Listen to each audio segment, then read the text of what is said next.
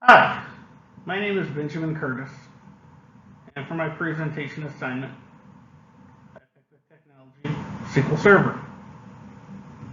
A lot of you are probably familiar with Microsoft SQL Server, but it's one of my top favorite technologies. So I wanted to use that as my technology for this presentation.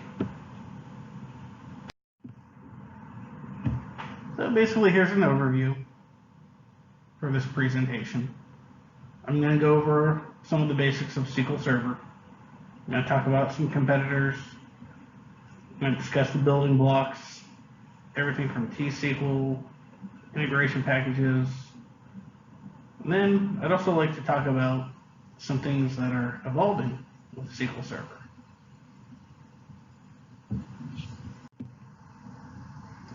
So what is SQL Server? Well, SQL Server is a relational database management system. It was created back in 1988 by Microsoft. It is constantly growing. Organizations always need to analyze it, visualize it. Basically, all that data, they need to collect all those values. They need to use all that data and be able to make good business decisions with it. And SQL Server is one of the top names in the industry. There's a lot of major companies that rely on SQL Server to manage their data for them.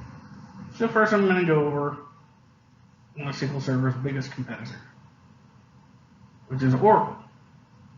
Now, SQL Server does have a lot of competitors. Oracle is a worthy one. Oracle is indeed more powerful. It can handle more data, but it's also more expensive. You require a lot more manpower to manage it. And I mean, and one of my favorite two words to use in the industry is it depends. Because some companies use both.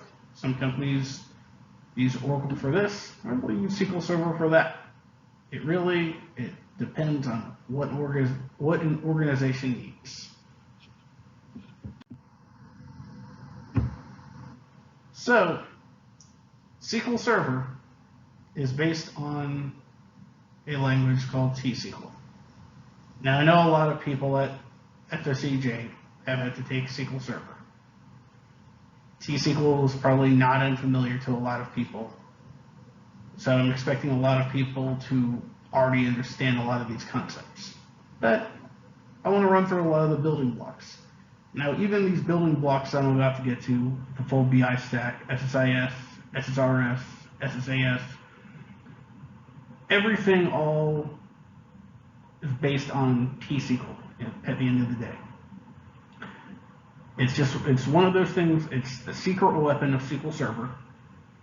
And it's one of those things that before you can really get into any of these other SQL Server applications, you really have to understand T-SQL.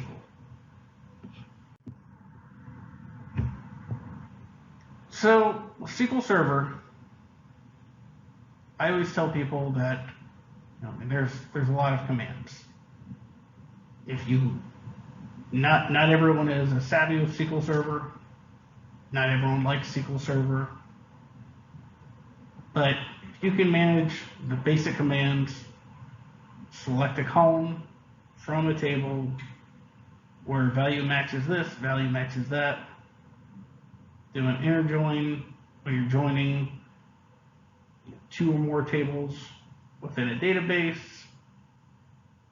however you're ordering it, however you're grouping that data for your queries. These are the building blocks that you need to remember. If you don't remember anything else, if you have to use SQL Server, these are the commands that are ideal. So I'm just going to go ahead and run through the full BI stack of SQL Server. So SSIS, basically you're just creating workflows, you're just moving data around. SSRS, reporting services, you're just creating interactive reports. You're taking all that data, all those data-driven processes, you're taking all that data and you're visualizing it into information. SSAS, this is one of the most complex ones. I myself am even challenged with this. I know how to do this, but this is one of those skills that really needs a lot of focus and a lot of concentration. So SSIS, like I said, data-driven processes. Now, there's a lot of things with SSIS. It can be data warehousing, I'll just name a few, data warehousing. You could set up your slowly changing dimension, updates, deletes, new data. It could be everything, automating an email. If this happens or if that happens, it could really be, there's so much you can do with SSIS. It's one of those tools that I think everyone in the industry can get use out of. SSRS, again, like I said, if you want to create a picture-perfect report, SSRS is exactly what you need. Now, it's a much-needed skill in the industry, but I believe SSRS is coming to an end. I think it'll still be around, but I'm going to be getting to some other technologies that are probably going to, if they haven't already, taking over SSRS. SSAS, this is a very difficult skill. It can be everything from, you're taking a cube and you're analyzing data. You could be using a tabular cube where you're using DAX language to analyze the cube, or you could be using MDX, multidimensional, when you're doing a much larger cube. Tabular versus multidimensional, it's just kind of, it falls back on those two words, it depends. You can get a lot of performance, but you also can't do as much because, let's say you're using tabular and SSAS, you're not going to necessarily get to do as much as you would with multidimensional.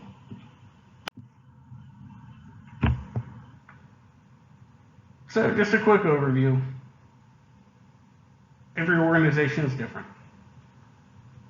Maybe someone specializes in all three.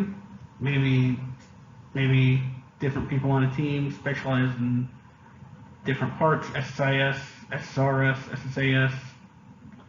But Power BI really is replacing the need for SSRS and SSAS.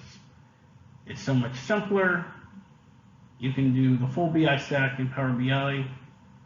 What might take 30 minutes in SSIS, you can do in less than 5 minutes in Power BI. And Power BI also uses DAX, which has a easier learning curve. That's the same language that tabular cubes use, but again, DAX is pretty much what you're going to rely on with Power BI when it comes to analyzing. And I enjoy the visualizations better with Power BI. I find it much easier to visualize data and be able to make sense of that data with something like Power BI. Because with the amount of time that saves, chances are if you're in the industry, you're going to have to make more than one report. And again, with the amount of time that Power BI takes, you can probably make 5 Power BI reports for every SSRS report, just for a rough figure. So I just kind of want to talk about some of the descendants of SQL Server. Because again, in the end, this is all based on SQL Server. Now I've already elaborated a lot on Power BI. It's getting a lot more attention. It's much easier to integrate, analyze, and visualize because you can do all three in a fraction of the time. Companies would rather hire one person that can do the job of 12 rather than hiring 12 people. And Power BI, with the amount of time that it saves compared to the full BI stack, it's able to keep up with a faster pace. You're able to create more reports. You're able to analyze more data. Now, another thing that goes hand in hand with Power BI is Power Apps. Because with Power Apps, you don't have to be a .NET developer. You don't have to be a skilled programmer to be able to create a Power App. You can create a CRUD application very easily with Power Apps. And that basically means that if an organization is using a Power App, it's very easy to create a Power App in less than an hour and for someone in an organization to be able to view, to be able to write data, read data, delete data directly from their phone that can be directly connected to the database. And that is the end of my presentation on SQL Server. I hope you really enjoyed it.